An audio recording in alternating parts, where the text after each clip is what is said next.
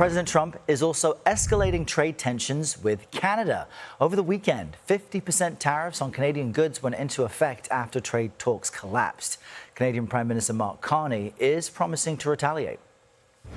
They asked too much, and they offered too little.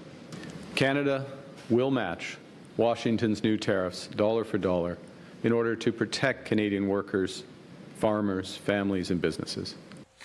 CBS News White House reporter Aaron Navarro kicks off our hour from our D.C. bureau with more on this. Aaron, good morning. So let's start with what's happening with the neighbor to the north. How did those trade talks collapse?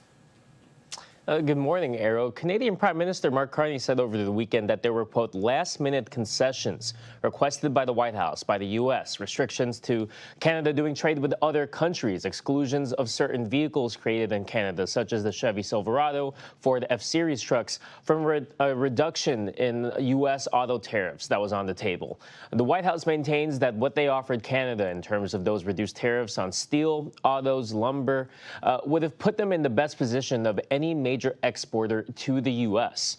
Trade Representative Jameson Greer said yesterday that there are no new talks planned with Canada and that they are moving forward to respond to Canada's retaliatory tariffs. The president and CEO of the Federal Reserve Bank of Minneapolis said on Face the Nation yesterday that inflation could be extended in the U.S. the longer that there's this back and forth in this U.S.-Canada trade war. Take a listen.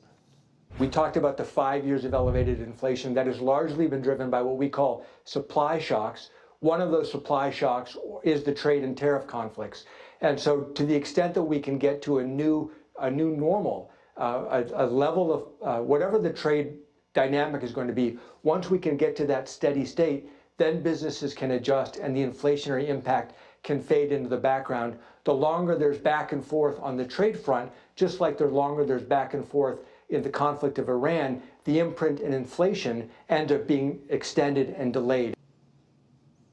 Now, Prime Minister Carney did say that Canada's tariffs on the U.S. targeting American steel, dairy, electronics would start on September 8th, giving a small but open window for negotiations to resume and for this full-out trade war to potentially de-escalate or be avoided. But President Trump's rhetoric over the weekend included language such as saying that Canada wants the benefits of being a state without actually being one. Errol?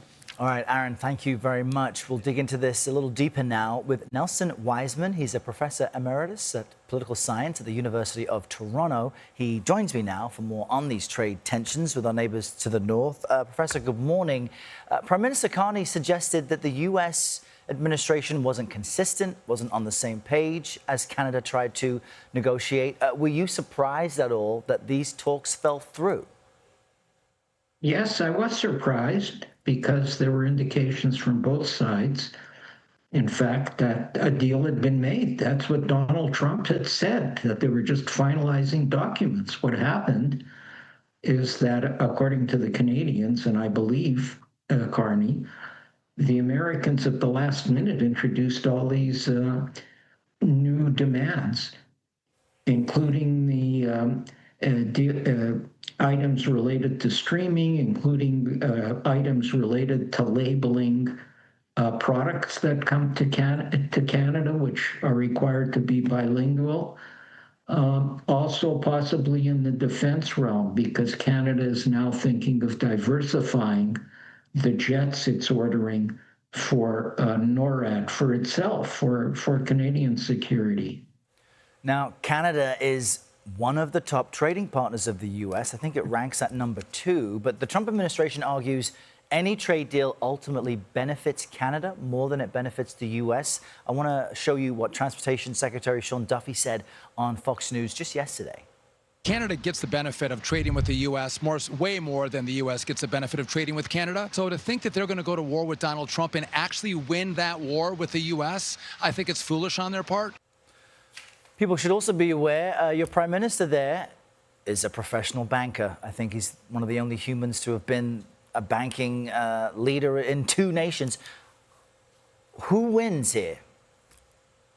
Well, no one wins in this type of war, but if I may respond to Sean Duffy and Donald Trump for a moment. Donald Trump has violated a treaty that was ratified by the U.S. Senate. a treaty, the Free Trade Treaty, the USMCA between Canada, Mexico, and the United States, that he said was the greatest treaty ever. He came into office in his second term and imposed 50% tariffs on Canadian products, on some Canadian products going to the United States.